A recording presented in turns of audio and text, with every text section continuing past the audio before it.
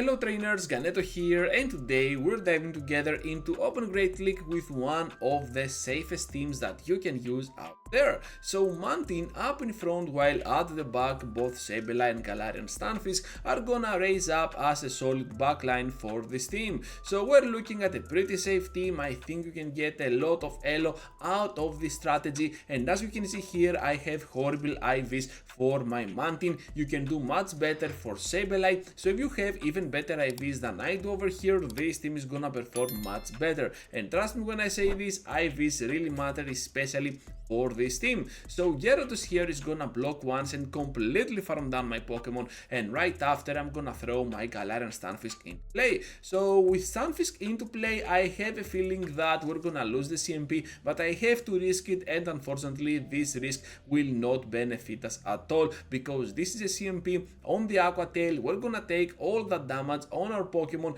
but still gonna try to finish off the Gyarados as possible. At the back they have a Pokemon like Radili. They will try to tank one Rock Slide, I believe, but this is not gonna happen that easily. Able to farm down here with Mountain, get out of this matchup with a whole Ice Beam worth of energy, and of course at this point we have threat already enough this Radili to no HP with the next move that we're gonna throw, and we can get that first victory to get the video going on. Let's head now into the next one with a Shadow Venusaur up in front. Those Frenzy plants have to be noted, because a single one can absolutely be devastating for us. I'm just gonna overfarm here just in case something weird happens, but as it seems I can get now to the air relays on the CMP, and this looking pretty good because they're gonna go down in a single shot. But at the back they have a Shadow Charizard, and because I see the Charizard up against my Mountain, makes me think that perhaps they have something like a Talonflame at the back, so Sableye will not be needed at all. Able to almost one-shot down my Pokemon here, which was not that appreciated by my ghost typing, but still I was trying to sacrifice anyways my Sableye, and of course now Mountain might have the upper hand up against that Charizard. So Dragonclaw now for the finish off against my Mountain, and I was hoping that I could survive at least with 1 or 2 HP, but if you have a better IV1, of course you can survive from this range, and right here now we have the upper hand with the Rock Slide up against that Charizard. However, that was on CMP and we cannot farm a lot, which means now at the back this Talonflame will most likely destroy us down after they tank a whole Rock Slide, surviving with a little bit of HP, and unfortunately for us we cannot get there right on time, and we're gonna fall short into a battle that we have made a lot of mistakes, not only during the battle but pre-battling because of those IVs. Into the next battle now, and we're having a Tentacruel over here. So by switching out immediately, because my Mountain is definitely gonna struggle against this Medusa-like Pokemon, we're just gonna go ahead and spam those foul plays on whatever follows. So we have already taken a shield, I believe, at this point, which is pretty neat, and now Mountain can definitely go in, start doing some solid work with those flying moves. Here comes the air relays, they are gonna take it, and Serperior is already out of the equation. So at the back they have a Dugong, and all of a sudden Galarian Stunfisk will be an amazing closer for this team, because not only we have the Rock Slides for the ice typing of Dugong, but also they have a Tentacruel which is gonna struggle a lot against my Earthquakes. So here comes now the Rock Slide of my own. I'm just gonna shield here whatever they throw, because it might be a Drill Run and I do not like my odds here. So by over farming and pressing the Earthquake at the correct moment I see the switch out, we can guarantee that they are not gonna block it, because they might think they can catch, and of course the nuke will go through and down they go. Into the next battle, and we're having a Skarmory up in front. This might look kinda good for us, but on the long term of the battle they can have the upper hand, so I'm just gonna switch out for now, since I have a Galarian Stunfisk, which is another hard check for them at the back. I'm just gonna let the first one go through and immediately press my foul play for the next Pokemon, even though I know that they're gonna switch out for sure. So here comes now Quagsire, and of course we can have kinda the upper hand here if we can block correctly that Stone Edge. I'm pretty sure they need 7 of those mud shots for the first Stone Edge and 6 for the second, which is pretty neat for me, that information, and of course we can bring them to no HP before anything weird is happen. Here comes now Ice Beam for a little bit of extra damage, but they managed to block. This can be kind of a game changer for me, because I know now that they need 6 of those Steel Wings to get to the next move, and we can catch effectively on our Galarian Stunfisk. So as you can see here, this whole outcome of the battle has already flipped around, not only because of the alignment, they have a Clodsire at the back, but also because of counting. So counting is what makes some really serious battles even more serious, and of course they're gonna get pretty good for you.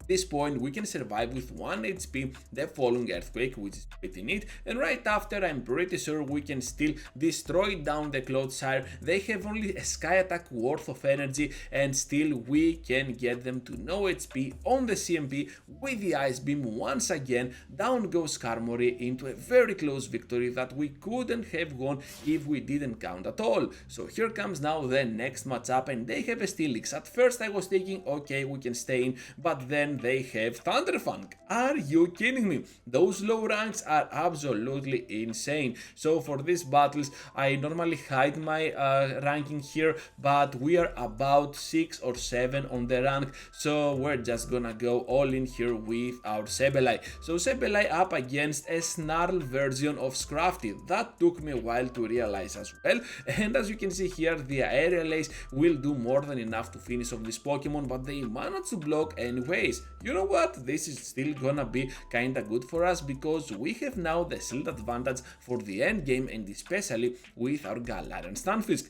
Down goes Craft in a single Aerial Ace.